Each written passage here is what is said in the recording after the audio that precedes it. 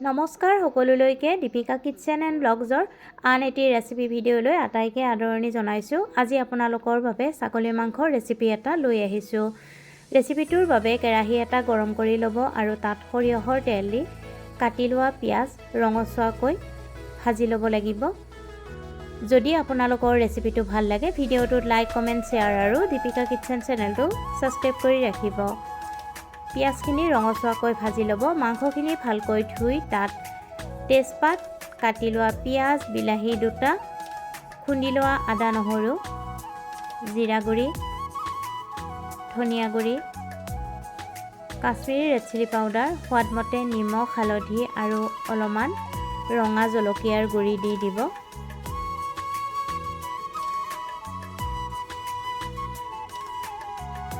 এতিয়া ভাজি লোৱা পিঁয়াজখিনি দিব আৰু কাটি লোৱা আলু আৰু সৰিয়হৰ তেল দি ভালদৰে সানি ল'ব।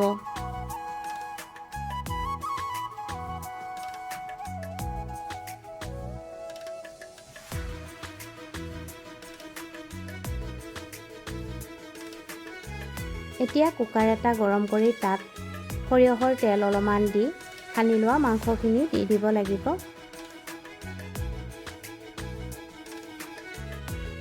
তাৰপিছত লৰাই ভাজিব লাগিব।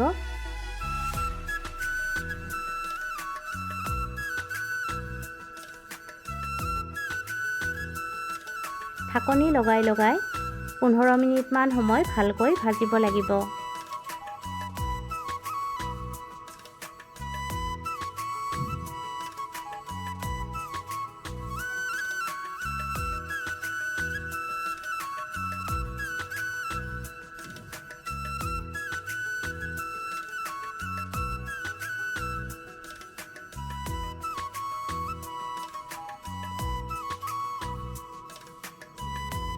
ভালকৈ ভজাৰ পিছত এতিয়া তাত জোখমতে পানী দি দিব আৰু পানীখিনি দি ভালদৰে মিহলাই ঢাকনিখন বন্ধ কৰি ল'ব আৰু 3টামান হুইচেল দিব লাগিব।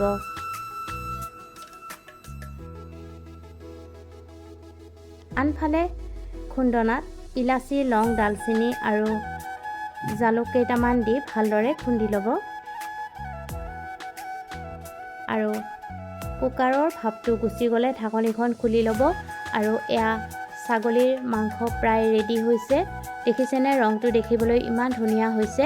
এতিয়া তাত খুন্দি লোৱা গৰম মছলাৰ গুড়িখিনি দি ভালদৰে মিহলাই গেছটো পুনৰ অন কৰিব আৰু 5 মিনিটমান সময় উতলাব লাগিব আৰু 5 মিনিটমান উতলাৰ পিছত ছাগলীৰ মাংস খাবৰ কাৰণে ৰেডি হৈ যাব।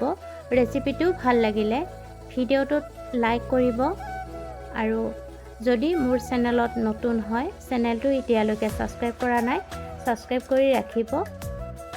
এয়া ছাগলীৰ মাংস খাবৰ কাৰণে ৰেডি। এতিয়া গৰমে গৰমে পৰিৱেশন কৰক।